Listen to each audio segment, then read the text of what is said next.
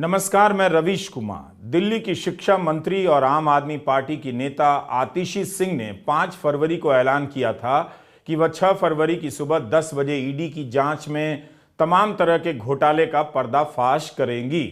मगर press conference से पहले खबर आ जाती है कि दिल्ली में कई जगहों पर ईडी के छापे पड़ने शुरू हो गए हैं। आम आदमी पार्टी के कोषाध्यक्ष और सांसद एनडी गुप्ता के घर पर भी छापे पड़े हैं और मुख्यमंत्री केजरीवाल के सचिव विभव कुमार के घर पर भी। विभव के घर पर 1 साल पहले भी छापे पड़े थे। ऐसा लगा कि आज आतिशी सिंह की प्रेस कॉन्फ्रेंस नहीं हो सकेगी, मगर वे आईं और बेहद सधे तरीके से अपने आरोप प्रेस के सामने रखकर चली गईं। आतिशी ने कहा कि कई साल हो चुके हैं मगर ईडी को अब तक सबूत नहीं मिल रहे, गवाहों को धमकाया जा रहा है, पूछताछ की प्रक्रिया को लेकर सुप्रीम कोर्ट ने जो आदेश दिए हैं उसका भी पालन नहीं किया जा रहा है। ये बिल्कुल साफ है कि आज ईडी का ये खुलासा होने वाला था।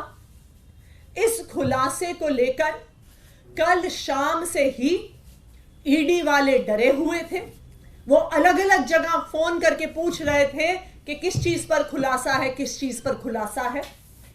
और आज इस खुलासे को रोकने के लिए आज सुबह 7 बजे से ही आम आदमी पार्टी के अलग अलग नेताओं के घर पे, उनसे जुड़े हुए लोगों के घर पे छापे शुरू हो गए। ये आम आदमी पार्टी को डराने का प्रयास है। वरना आप ये तो छोड़िए कि आम आदमी पार्टी के ट्रेजरर के घर पे रेड हो रही है, उनके पीए के घर पे रेड हो रही है, मुख्यमंत्री के पीए के घर पे रेड हो रही है। तो ये बिल्कुल साफ है कि एजेंसीज को सिर्फ डराने और धमकाने के लिए इस्तेमाल किया जा रहा है। तो क्या अब ईडी खुद को बचाने के लिए भी छापे मार रही है या हेडलाइन से ध्यान हटाने के लिए छापे पड़ रहे हैं? इस एजेंसी को लेकर कितने सवाल पिछले कुछ साल से उठ रहे हैं, मगर लगता है कि यह विपक्ष को खत्म करके ही मानेगी। भ्रष्टाचार तो क्या ही मिटेगा, विपक्ष के नेता इसके जरिए लंबे समय तक के लिए जेल में डाल दिए जा रहे हैं। ईडी की जांच का हंगामा ही रहता है, सजा का रिकॉर्ड बेहद खराब है। 1% मामले में सजा हुई है। छापों की संख्या और विपक्ष के नेताओं की गिरफ्तारी से ही लगता है कि ईडी काम कर रही है। कैसे काम कर रही है, आतिशी सिंह ने अपने प्रेस कॉन्फ्रेंस में आगे बताया। पिछले 2 साल से इसी तरह आम आदमी पार्टी के नेताओं को डराया धमकाया जा रहा है। इस तथाकथित शराब घोटाले के नाम पर कभी किसी के घर छापा पड़ता है, कभी किसी और के घर छापा पड़ता है, कभी किसी को समन आता है, कभी किसी को गिरफ्तार किया जाता है। लेकिन इस 2 साल के इन्वेस्टिगेशन में अभी तक ईडी को कुछ नहीं मिला है। किसी भी क्रिमिनल इन्वेस्टिगेशन में 3 चीजें महत्वपूर्ण होती हैं। सबसे पहले रिकवरी ऑफ मनी, जिसकी लॉन्ड्रिंग हुई है। ED prevention of money laundering act के तहत केस करता है तो सबसे पहली और सबसे जरूरी चीज है कि ईडी को रिकवरी ऑफ मनी करनी पड़ेगी। लेकिन 2 साल में सैकड़ों रेड के बाद भी 1 रुपए की भी रिकवरी ईडी नहीं कर पाई। किसी भी केस में दूसरी महत्वपूर्ण चीज होती है सबूत। लेकिन 2 साल के बाद भी कोई भी पुख्ता सबूत ईडी को नहीं मिला है और ये कोर्ट ने भी बार बार पूछा है कि सबूत सामने रखिए। किसी भी केस में तीसरी महत्वपूर्ण चीजें होती हैं स्टेटमेंट्स, यानी कि गवाही। ईडी का जो सारा केस है वो सिर्फ और सिर्फ गवाही पर, और कई गवाहों को, कई अक्यूज्ड को सरकारी गवाह बनाकर और उन्होंने जो स्टेटमेंट्स दी हैं उसके आधार पर बना हुआ है। और आज जो मैं खुलासा करने जा रही हूं वो आपको यह दिखा देगा कि ये सारी स्टेटमेंट्स फर्जी हैं, कि ईडी ने सारी स्टेटमेंट्स में फर्जीवाड़ा किया हुआ है। यह राजनीतिक आरोप हो सकता है, मगर ईडी को सफाई देनी चाहिए कि क्या वाकई उसके पास सबूत नहीं है। सत्येंद्र जैन और मनीष सिसोदिया दिल्ली सरकार में मंत्री थे, उन्हें जेल गए कई महीने हो गए। क्या ईडी का इस्तेमाल इसलिए होता है क्योंकि इसके तहत पकड़ने से लंबे समय तक जेल में रखना आसान हो जाता है? क्या इसीलिए भ्रष्टाचार के अब ज्यादातर मामले को मनी लॉन्ड्रिंग के तहत दर्ज किया जा रहा है, खासकर विपक्षी नेताओं के खिलाफ के मामले को? 3 फरवरी को संजय सिंह को राउज एवेन्यू कोर्ट में लाया गया। सुनवाई के बाद लौटते हुए संजय सिंह ने कह दिया, एक गवाह का ऑडियो टेप गायब कर दिया गया है। हमसे नहीं कराना सर, सीएम आवास क्राइम ब्रांच की टीम पहुंची है। सरकारी गवाह का ऑडियो गायब कर दिया ईडी ने। सरकारी गवाह सीएम आवास पहुंची है, सीएम आवास क्राइम ब्रांच ऑडियो गायब कर दिया। इस बात को लेकर आतिशी सिंह ने 2020 के सुप्रीम कोर्ट के एक आदेश का हवाला दिया। परमवीर सिंह सैनी बनाम बलजीत सिंह एंड अदर्स। इस मामले में सुप्रीम कोर्ट का आदेश है साफ साफ कि किसी भी इन्वेस्टिगेटिंग एजेंसी, जांच एजेंसी को अपनी पूछताछ सीसीटीवी कैमरे की निगरानी में करनी पड़ेगी। इस आदेश में यह भी लिखा है कि यह जजमेंट ईडी पर भी लागू होता है। साथ में यह भी बताया गया है कि सीसीटीवी हो या वीडियो कैमरा हो, उसके साथ साथ पूछताछ की आवाज की भी साफ साफ रिकॉर्डिंग होनी चाहिए, ताकि सबूत हो बकायदा कि किसी को डरा धमकाकर उससे बयान नहीं लिए गए हैं और दर्ज किए गए बयान असल बयान से मेल खाते हैं। इसी आदेश को रीआइटरेट किया सीबीआई के स्पेशल कोर्ट में एक्साइज पॉलिसी मैटर में ही जस्टिस एमके नागपाल ने, और यह किया उन्होंने 19 जुलाई को, जब एक अक्यूज्ड ने ईडी की सीसीटीवी की फुटेज मांगी। तो इसी सुप्रीम कोर्ट के ऑर्डर का हवाला देते हुए एमके नागपाल जी ने कहा कि यह हर विटनेस का, हर अक्यूज्ड का अधिकार है कि उन्हें सीसीटीवी फुटेज मिले with audio and with video. अब आप सुनिए, अब मैं आपको एक ऐसा फैक्ट बताने वाली हूं जिससे आपके रोंगटे खड़े हो जाएंगे। जब एक अक्यूज्ड ने कुछ दिन पहले कोर्ट में एप्लीकेशन डाली और कहा कि मुझे सीसीटीवी फुटेज चाहिए, तो क्या हुआ? उन्होंने एप्लीकेशन क्यों डाली? क्योंकि उनका, जो ये अक्यूज्ड थे, एक सरकारी गवाह से ईडी में आमना सामना करवाया गया। उस आमने सामने में सवाल जवाब हुए, स्टेटमेंट्स दी गई, अक्यूज्ड द्वारा दी गई, सरकारी गवाह द्वारा दी गई। इस पूरी प्रक्रिया में उस कमरे में एक सीसीटीवी कैमरा लगा हुआ था। यह पूरी प्रक्रिया सीसीटीवी कैमरा की निगरानी में हुई।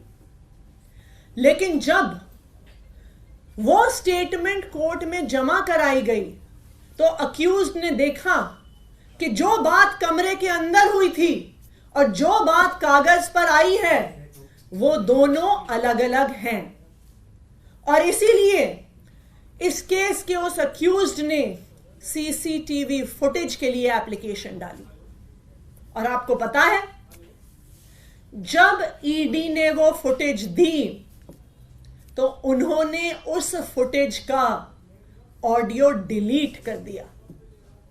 सिर्फ वीडियो फुटेज दी गई, ऑडियो फुटेज डिलीट कर दी गई, और सारा एविडेंस कि वास्तविक तौर पे उस कमरे में क्या बात हुई थी, उस सारे एविडेंस को ईडी द्वारा डिलीट कर दिया गया है। अगर यह आरोप सही है तो मामला बेहद गंभीर है। कोर्ट को इसी एक बिंदु पर ईडी से सफाई मांगनी चाहिए और तुरंत मांगनी चाहिए। अगर सबूत डिलीट किए जा रहे हैं, गायब हो रहे हैं, सुप्रीम कोर्ट के आदेश का पालन नहीं हो रहा है, तो इसका मतलब है कि यह भ्रष्टाचार से लड़ने का नहीं, विपक्ष को मिटा देने का प्रोजेक्ट है। आतिशी सिंह ने आरोप लगाया है कि केवल संजय सिंह के इस मामले में नहीं, बल्कि कई अन्य मामलों में भी पूछताछ के सबूत गायब कर दिए गए हैं। आज मैं ईडी से पूछना चाहती हूं, मेरा पहला सवाल ईडी से, कि ये ऑडियो रिकॉर्डिंग्स डिलीट करके ईडी किसको बचाना चाहती है? ईडी क्या छुपाना चाहती है जिसकी वजह से उन्होंने पिछले 1.5 साल की सारी ऑडियो रिकॉर्डिंग्स डिलीट कर दी हैं? मेरा ईडी से दूसरा सवाल, कि आप देश के सामने, आप कोर्ट के सामने पूरी डिटेल्स रखिए कि पिछले 1.5 साल में आपने जितनी इंटेरोगेशन करी है, जितने सवाल जवाब करे हैं, उनमें से कितनी इंटेरोगेशन और सवाल जवाब के ऑडियो आपके पास आज मौजूद हैं। अगर ईडी ऑडियो रिकॉर्डिंग्स कोर्ट के सामने, देश के सामने नहीं रख पाती है, तो इस इन्वेस्टिगेशन का सारा दूध का दूध, पानी का पानी हो गया कि ना पैसे की रिकवरी, ना सबूत और ना ही स्टेटमेंट्स का कोई भी सबूत के वास्तविक तौर पे विटनेसेस ने क्या कहा है। तो आज मैं ईडी को चैलेंज कर रही हूं और इसी चैलेंज को हमने कोर्ट में भी रखा है सामने। हमने कल सीबीआई के और ईडी के स्पेशल कोर्ट में राउस एवेन्यू में एप्लीकेशन फाइल करी है और हमने सारी की सारी वीडियो रिकॉर्डिंग्स और ऑडियो रिकॉर्डिंग्स की डिमांड करी है और मैं ईडी को चैलेंज कर रही हूं कि ये ऑडियो रिकॉर्डिंग्स देश के सामने रखें। आज सुप्रीम कोर्ट में संजय सिंह की गिरफ्तारी को लेकर सुनवाई होनी थी, टल गई। अब अगली सुनवाई कब होगी? 5 मार्च को होगी। इस तरह संजय सिंह भी पूरे चुनाव के समय तक के लिए जेल के भीतर रहेंगे। मनीष सिसोदिया और सत्येंद्र जैन कितने महीनों से जेल में हैं, लोग अब इसकी गिनती भी भूल चुके हैं। जमानत की सुनवाई का मामला भी इस कोर्ट से उस कोर्ट के बीच गोल गोल घूमता रहता है। पिछले साल 20 नवंबर को सुप्रीम कोर्ट ने केंद्र और ईडी से संजय सिंह की याचिका पर जवाब मांगा था। संजय सिंह ने अपनी गिरफ्तारी और रिमांड को चुनौती दी थी। सुप्रीम कोर्ट ने कहा कि इस दौरान अगर संजय सिंह रेगुलर बेल की याचिका डालते हैं तो उसे दिल्ली हाई कोर्ट के ऑब्जर्वेशन से अलग स्वतंत्र रूप से देखा जाना चाहिए। दिल्ली हाई कोर्ट ने 20 अक्टूबर को मामले में दखल देने से यह कहते हुए इनकार कर दिया कि बिना सबूत के वो ये नहीं कह सकता है कि कार्रवाई राजनीतिक है। हाई कोर्ट ने कहा कि इस वक्त जब जांच शुरुआती पड़ाव पर है, तब रिमांड या गिरफ्तारी के ऑर्डर में दखल देने का कोई स्पष्टीकरण नजर नहीं आता। संजय सिंह ने हाई कोर्ट के इस ऑर्डर के बाद सुप्रीम कोर्ट का रुख किया था। अगर कोर्ट लोकतंत्र को लेकर गंभीर है तो उसे ऐसे मामलों में सुनवाई को लेकर ज्यादा सतर्क और तत्पर रहना चाहिए। हेमंत सोरेन के मामले में भी यही हुआ। जब राहत के लिए कपिल सिब्बल सुप्रीम कोर्ट गए तो हाई कोर्ट जाने के लिए कह दिया। सिब्बल को भी समझ आ रहा है कि क्या हो रहा है। सिब्बल और दुष्यंत दवे उन चंद वकीलों में से हैं जो सब कुछ खुलकर कह रहे हैं, कहने के खतरे उठा रहे हैं। ऐसा नहीं है कि जो सिब्बल कह रहे हैं, जो दुष्यंत दवे कह रहे हैं, वह बाकी वकीलों को नहीं दिखाई दे रहा है। दिखाई सबको दे रहा है, मगर कोई कहना नहीं चाहता। मैं समझता हूं कि हिंदुस्तान के इतिहास में शायद ही ऐसा कोई मौका हुआ हो जब एक सिटिंग मुख्यमंत्री की गिरफ्तारी हुई। शायद ही हिंदुस्तान के इतिहास में ऐसा हुआ, और वो मामला भी 32 के लायक नहीं। हाँ, इतना जरूर होता अगर सुप्रीम कोर्ट हमें कहती कि आप अपना केस हमारे सामने रखिए, और केस सुनने के बाद सुप्रीम कोर्ट कह सकती थी इस मामले में हम इंटरफियर नहीं करना चाहते, आप हाई कोर्ट जाइए। लेकिन ये कहना कि आप हाई कोर्ट पहले जाइए, कोई सुनवाई ना हो, केवल हमें ये जानकारी मिलनी चाहिए कोर्ट के द्वारा कि किस मैटर्स में हमें यहाँ आना चाहिए और किस मैटर्स में हम नहीं आ सकते, क्योंकि हम लोगों को नहीं मालूम रहता कि अगर हम ऐसी याचिका डालेंगे कि सुप्रीम कोर्ट इस पे चर्चा करेगी, एडमिट करेगी, नहीं करेगी। हमें तो इतिहास का मालूम है, हमें यह भी मालूम है कि आर्टिकल 32 हमारा एक फंडामेंटल राइट है, फंडामेंटल राइट के चैप्टर में है। और मैं आज जनता के सामने कुछ बातें रखना चाहता हूं जिससे साफ जाहिर हो जाएगा कि सुप्रीम कोर्ट को कोई ना कोई सिस्टम बनाना चाहिए, कोई पॉलिसी, कोई नीति बनानी चाहिए जिसके आधार पे जनता को मालूम हो कि कब सुप्रीम कोर्ट आए और कब नहीं आए। मैं आपको कुछ उदाहरण देता हूं। अर्नब गोस्वामी के मामले में तुरंत 32 पिटीशन हुई और सुप्रीम कोर्ट ने उसको एडमिट किया और राहत भी दी। बिल्किस याकूब के मामले में भी ऐसा हुआ, विनोद दुआ के मामले में भी ऐसा हुआ। मधुले में, मैं पुरानी बात कर रहा हूं, वर्सेस स्टेट ऑफ महाराष्ट्र, वो कॉन्स्टिट्यूशन बेंच ने सुना।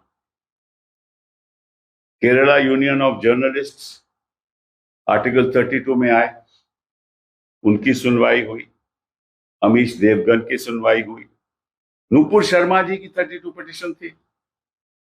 और सबसे ताज्जुब की बात यह है कि इन्फोर्समेंट डायरेक्टरेट आर्टिकल 32 में आई। अब बताइए, इन्फोर्समेंट डायरेक्टर को तो आर्टिकल 32 का राइट है नहीं, वो तो एक मानव अधिकार है जनता का।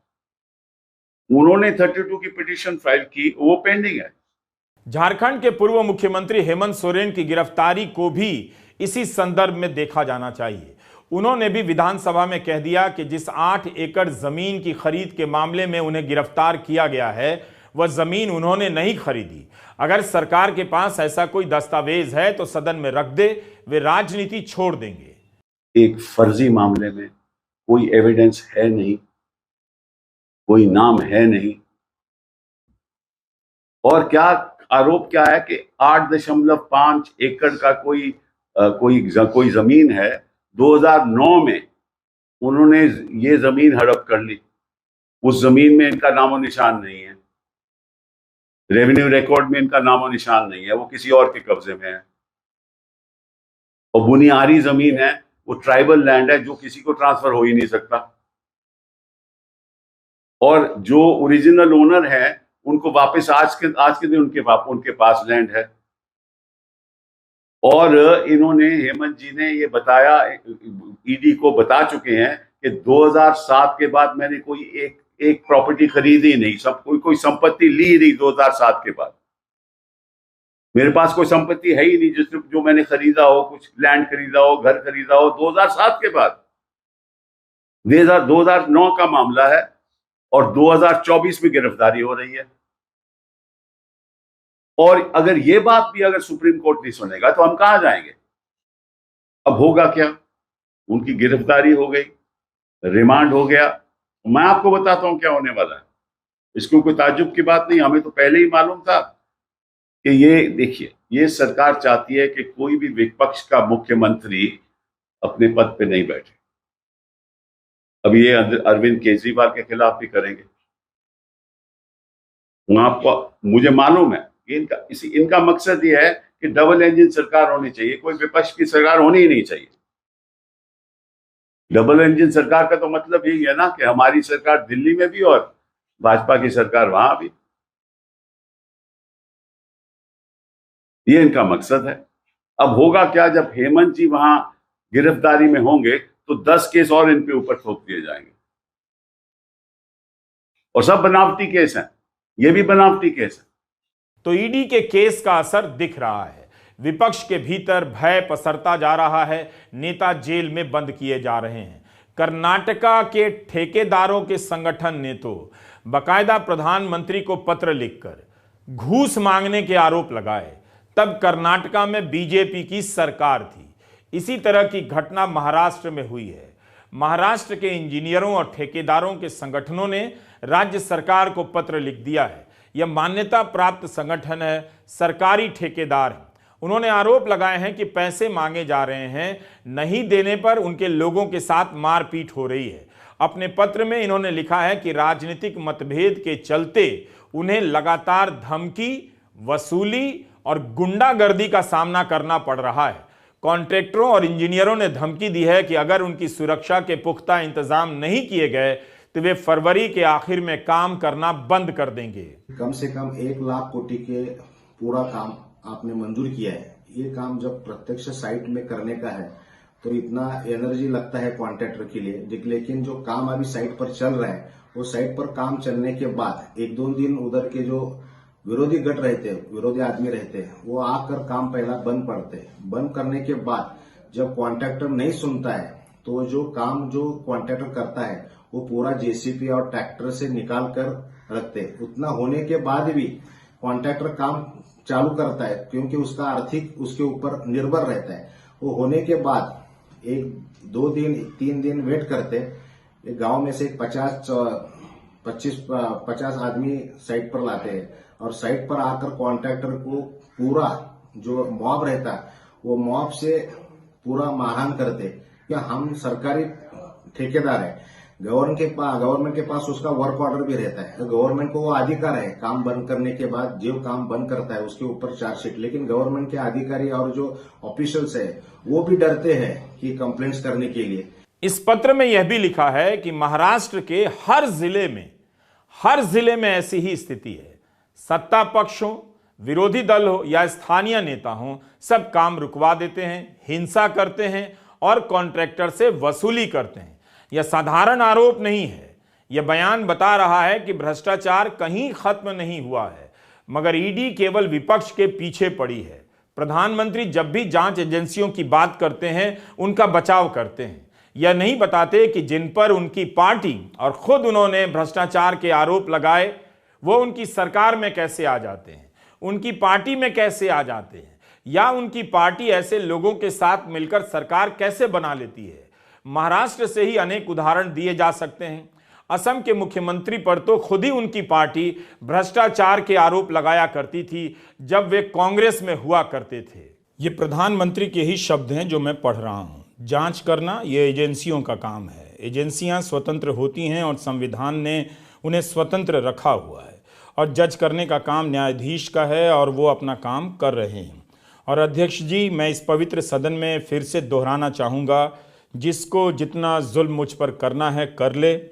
मेरी भ्रष्टाचार के खिलाफ लड़ाई चलती रहेगी। जिसने देश को लूटा है उनको लौटाना पड़ेगा, जिन्होंने देश को लूटा है उनको लौटाना पड़ेगा। ये मैं देश को, इस सदन की पवित्र जगह से वादा करता हूँ।